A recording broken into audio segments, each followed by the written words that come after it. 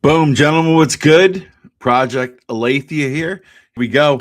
We're going to talk about 2 points real quick. It's going to be Tucker on talking about a certain race. Tucker loves to bring this up. He loves talking about the extinction of the certain race that is of lighter skin pigmentation. And also, we're going to talk about Fresh and Fit with Nick Fuentes on there. And he's going to be talking about energy of the Democrat Party and how they are absolutely going to destroy the Republican Party. Are you guys ready? I'm definitely ready. Let's go with this. Yeah, let me see here. I think we're good to go. Bang. Let's take a look here at the first video clip. We'll jump right in.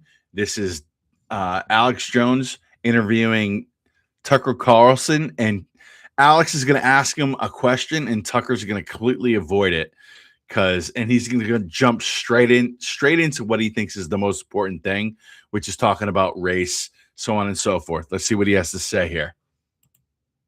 Democrats from Biden are now being put in to control it. They're even weakening actual border security. Firm and Bavino told me during the break, and later it came out. No, he said on Fox a month later. No, Trump ordered this, so something changed. I know you were talking to him all the time then. Times I've been at your house. Hey, I gotta go. Trump's calling. He really cared about what you said. He cared about what the founder of TPUSA said, what Charlie Kirk said, but something then changed 5-6 months in. Do you know what that was?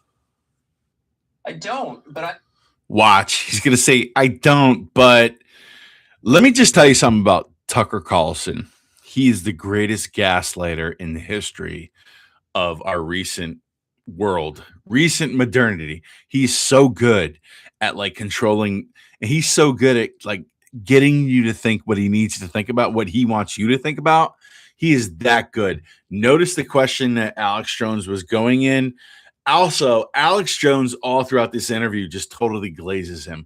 He's like, "Oh, you're the best thing ever. We love you so much. Well, lick your butthole."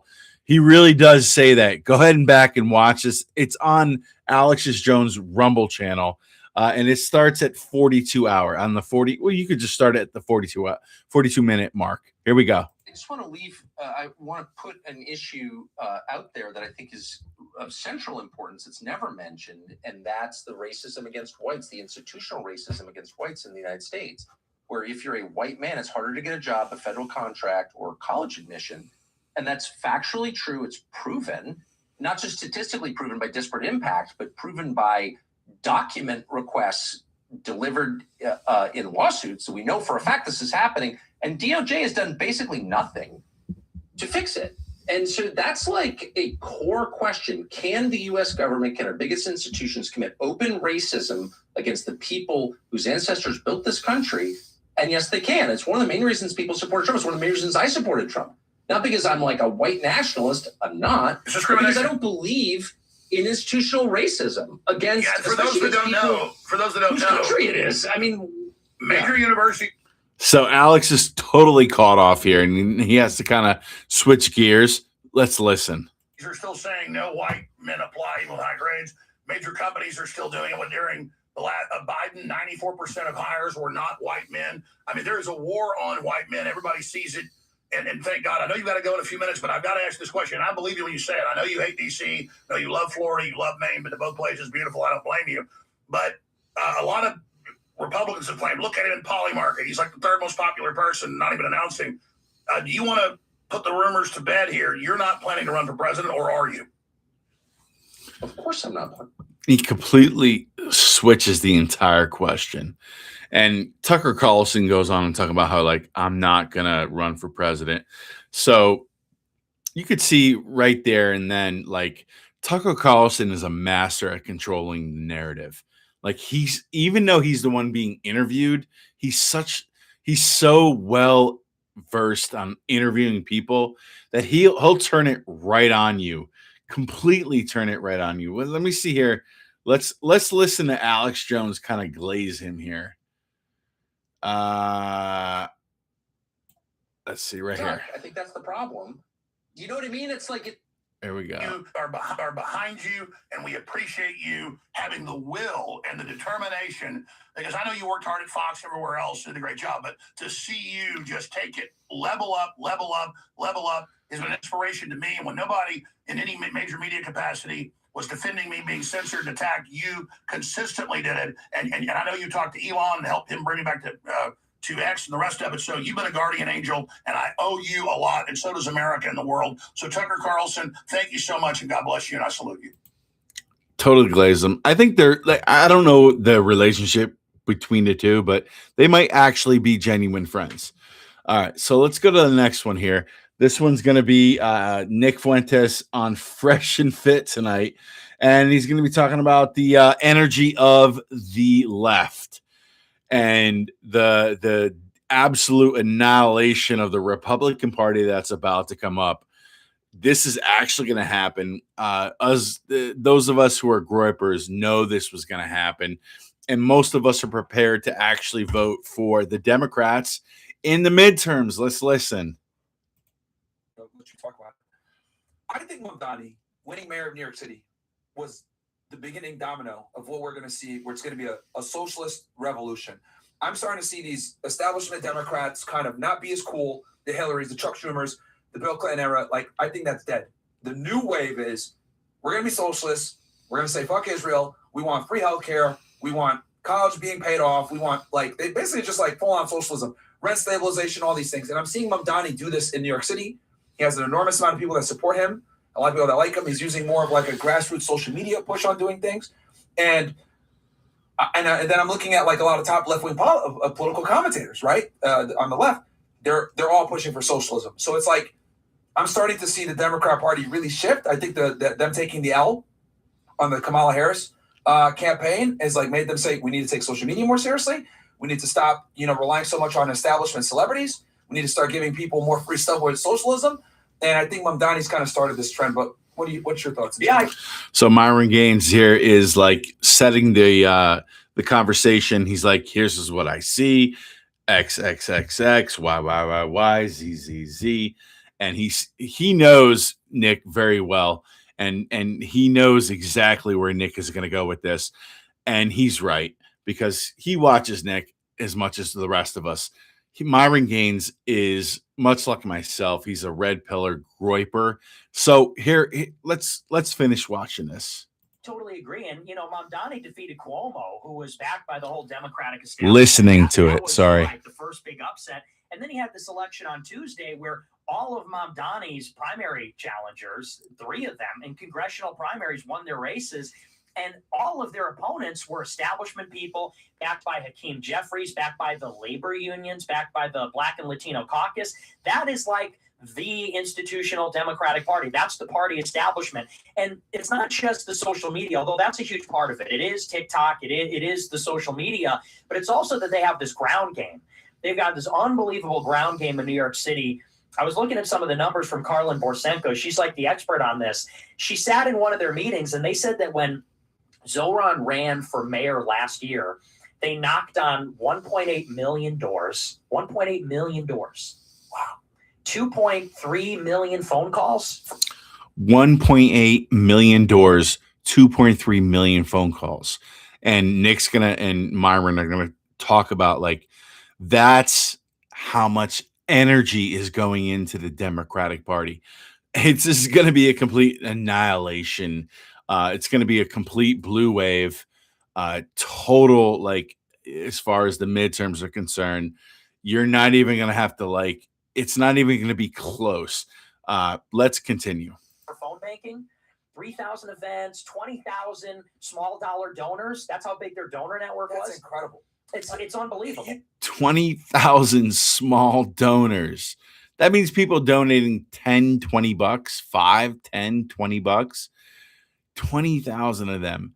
I mean, that's unbelievable. That's how energized the entire Democratic Party is here in the United States. Way more than the Republican Party, which is exactly why the super right has gone away from the MAGA movement, hates the evangelicals, or at least despises them at the very least, wants nothing to do with them because of all this work towards the foreign nation over there in the Middle East and has destroyed our entire economy, bankrupt us, and now the future generations, the Gen Zers, are now stuck with the ramifications of all the negativity, all the negative stuff that is actually going on. I mean, they're going to be the ones who suffer as far as having the entire world hate them, and they're not even able to actually make any real progress financially. Truly, it's really a staggering thing to think about what's going on in this country, and it's because of the boomer generation and their lack of giving an absolute flying fudge about anybody else other than themselves. They have no idea, especially the white boomers who have basically sold their children's souls to the devil. So I mean, that's a bit of a, but that, you know what I mean. I'm exaggerating here, but not really. Like the young white generation is absolutely in trouble, and they are not benefiting, but yet they're still called the ones who are the ones are being the racist, and it's not the case at all. Let's keep going. You know how many, and just so you guys understand, like what it's talking about, you know how many volunteers you need for that? Yeah. Volunteers. These people aren't getting paid. They need volunteers for that. 30,000 volunteers, I said they had in New York City, which is just one place. 30,000. The people that they got to register and turn out, it's really just a turnout game. It's that the progressives are turning out huge numbers of people that either don't vote Democrat or don't usually vote in off-year elections. And it's a lot of young white people. It's a lot of young white people and these like non-conventional minority groups, not like the old school blacks and like, let's say Mexicans. It's like different like minority. So exactly what I was saying, it's the young white people that are going into this whole thing and voting against the system because they are the ones who are suffering the most. Think about that. I mean, black community has already been suffering. There's no mistake. There was Tommy Sotomayor said this best one time. He was on Fresh and Fit. He goes, whatever they and a couple other guys, whatever they did to the black community, they're doing now to the white community. It's true. Groups, and that's just where the energy is. That's where the young people are. That's where the energy is, and that's their ideology. The young people are just like ultra progressive. And so I don't know that that's even going to be good for the Democrats, because the reason they got their asses kicked in 24 is because all the big Jewish money left the Democrats because they were so alienated by the young progressives. You got to think about guys like Bill Ackman and Sean McGuire. Bill Ackman is at Pershing Square, Wall Street guy, Jew. He's tied with Larry Fink, who runs BlackRock. He's a Harvard alum. He's a lifelong Democrat and Democrat donor. But after October 7th, he saw at Harvard, his alumnus, at Harvard, all the progressives were like supporting Hamas. That red pilled them real big. Yes. The Ivy League schools like having all these Columbia, Harvard. Right. It was Ackman at Harvard. It was Ronald Lauder at UPenn. I believe he's a Wharton School alum. And so like these big Jews with like all the money on Wall Street who previously were Democrats, donated to the Democrats, did fundraiser for Hillary. They all of a sudden, Bill Ackman signed that letter where he said, the left has gone too left. They're too censorious. They're too woke. We got to shut it down. So he bailed. Then Sean McGuire. Sean McGuire is a partner at Sequoia. Sequoia is one of the big VC firms in Silicon Valley. Same thing. Lifelong Democrat donor, fundraisers for Hillary. Same deal. After October 7th, he said, I'm out. Now I'm a Republican.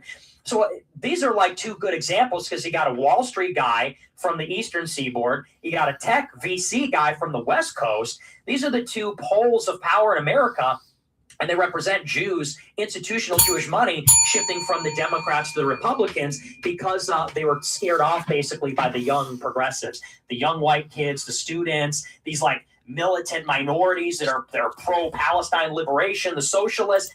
May I point out, I'm only offering commentary on this, and this is my bell too.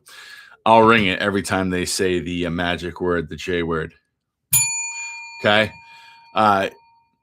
Notice I don't necessarily agree with these guys, but at the same time, I have to say, it's hard to argue against them. And I'm here trying to discover truth like the rest of you guys. Okay, honestly, that's it. Let's keep going. And so the reason they lost in 24, where was the money? Like, you look at 2020, so much money went behind the Democrats from all the usual suspects, from like Reid Hoffman, from Zuckerberg, 300 million from the Zuckerberg Chan Foundation, from Bloomberg. So all this like big Jewish money in 24, it didn't show up. Isn't that crazy? Like how October 7th, like red pilled the Jewish community, and they said, "Yep, we got to go with Trump because he's going to go hard on Israel. He's going to give them more money." They really don't like how Biden dealt with them. And by not agreeing, I mean, like, haven't actually looked up the research myself. I'm only taking their word for it. That's what I mean. I mean, truly, how could I know what they're saying is true, right? Just like, how do I know what the opposition that they're saying is anything true? I have to look at both sides, and that's what I'm hoping that you guys are doing with me here. And they turned against Biden. I remember when Biden came out at that press, it was after Biden's special counsel report came out about his documents case. He did a press conference, I think it was like May last year or 2 years ago, and said, I don't like the way the Israelis are running the campaign in Gaza. And the New York Times editorial board totally flipped on him and were like all negative throughout the rest of the year. So the Democrats alienated the Jewish media. They alienated the Jewish money. Now, how are the Democrats going to get back? Well, they're thinking about running a Jew for president, like Pritzker in Illinois or this Shapiro in Pennsylvania, because they're going to have to reconcile the like militant progressives that hate Israel, like really actually hate Israel, from the institutional Jewish money that is like liberal Zionist. Like they're pro-Israel. Maybe they don't love Netanyahu, but they want to defend Israel from what happened on October 7th. So they are going to have the same problem as the Republicans, which is to say there's like a parallel dynamic where on the right and the left, the young people, the energy, the kind of ideological core is shifting there is very anti-Israel. And yet the money, the institutional force is still on both sides is Jewish, and they're still pro-Israel. So the Republicans are going to have, this is the Vance-Rubio divide, the Levin-Tucker divide. They'll have to reconcile that. And on the left, it's like, let's say, the Shapiro-Mamdani divider or something like. It's like Gavin Newsom saying he doesn't like AIPAC and then coming out a day later and saying, no, I love Israel. It's making everybody a little bipolar. And then he also said There you go. Yeah, that's pretty much all I'm going to play tonight. I mean, it's you kind of get the drift. I mean, if you've seen, you can go right on Rumble, watch Nick. I do recaps of his shows. I'm going to do a recap. It'll be for Monday night at 10 o'clock. It's going to be based off his last show on Thursday night. But like, I mean, all he's doing is basically pointing out evidence and saying stuff. And you have to be the one as a person to figure out if that's true or not for you, right? Like, how does that impact your personal life? I consume a lot of this content, and I have to say, like, I have never really truly experienced any Jewish supremacy or Jewish hatred in my life. Like, no Jewish person has ever hated me. In fact, where I grew up in Connecticut in Stamford, we used to go to the JCC all the time, right? So what I'm doing when I watch these channels, it's like I assume, like, hey, you know what? This might be going on a larger scale, just like I would watch any other news network. It's like this might be going on a larger scale, but I'm guessing that this is a very small niche. This is a very small minority of people that are getting engaged with this type of stuff. I can't imagine this is the average Jewish person that is getting involved with this. And if I was a Jewish person, I would definitely be in support of Israel. And while I can't support what they've been doing since 2023 in Gaza. I'm just a human being. I can't agree with you guys killing people. And I know that there's lots of war. I just don't agree with war altogether. I think there's got to be diplomatic ways to get past this, right? Like, why are we killing women, children, for the sake of killing innocent children is where you lose me. It really is. That's the part that I can't. I can't do. Ask me anything. Have your mind blown. Okay, cool. What's your name? Not Index. Okay. You ask me anything, bro. I'll have your mind blown. But thanks for joining. I honestly, it's just one of these things where it's like, you know, I've grown up. I grew up as a dispensationalist, right? And I've always supported the nation of Israel. I always have, just like I've always been America first. I was always like very much supportive of Israel.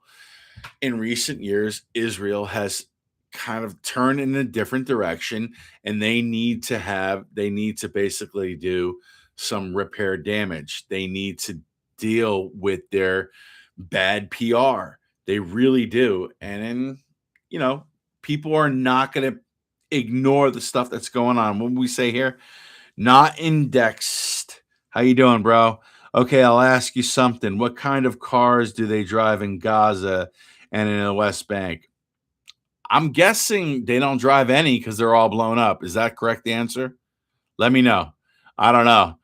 I have no idea. I've never seen any cars in the pictures. Only I've seen like those like white emergency vans, so on and so forth. Let me know, man. I have no idea. So, but with that said, I'm about to close this out.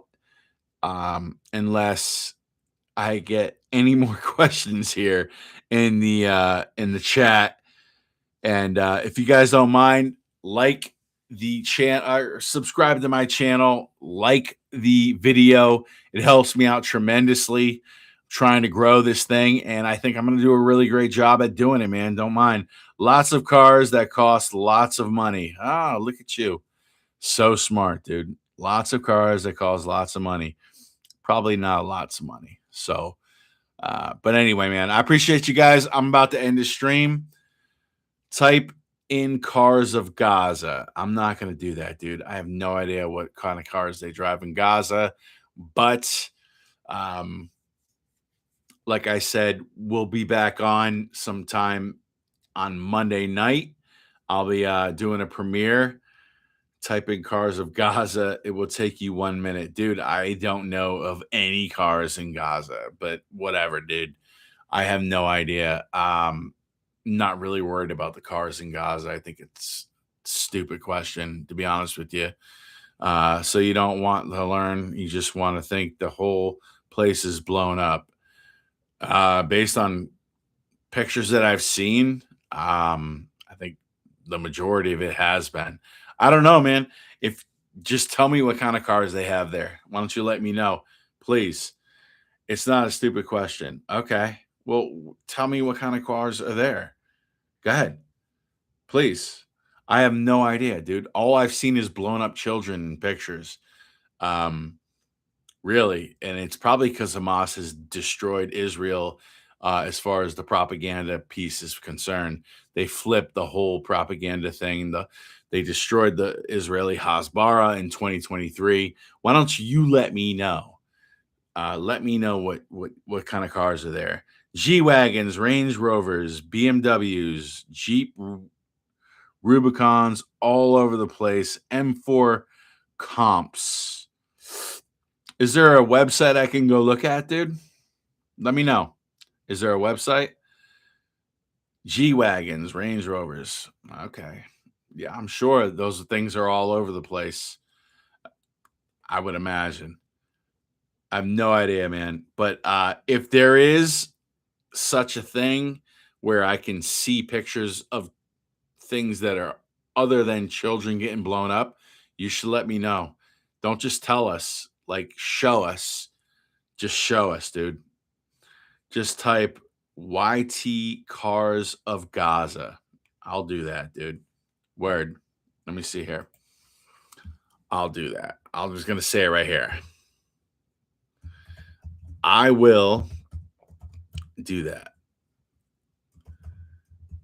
Thanks for being on. Cool, man. All right, I'm out. Appreciate you guys. I appreciate Not Indexed for joining. Thank you, bro. I appreciate it, man. and I appreciate the conversation. I will look into those cars in Gaza. I'm hoping the whole thing isn't flattened off. I really do, but I'm just gonna let you know here in America, that's all we ever see, man, is like dead children and buildings that are blown up. And this is probably what the rest of the world is seeing, and that's why Israel probably has a negative view of itself. Bad PR, man, really bad PR. Anyway, oh, you're in America, so you don't know anything. All right, cool. And I don't see that at all. You don't see that at all. You must be blind. Good luck. You can look at it up. I mean, you might not be looking in the right places, but good luck to you, dude. All right. Peace, guys.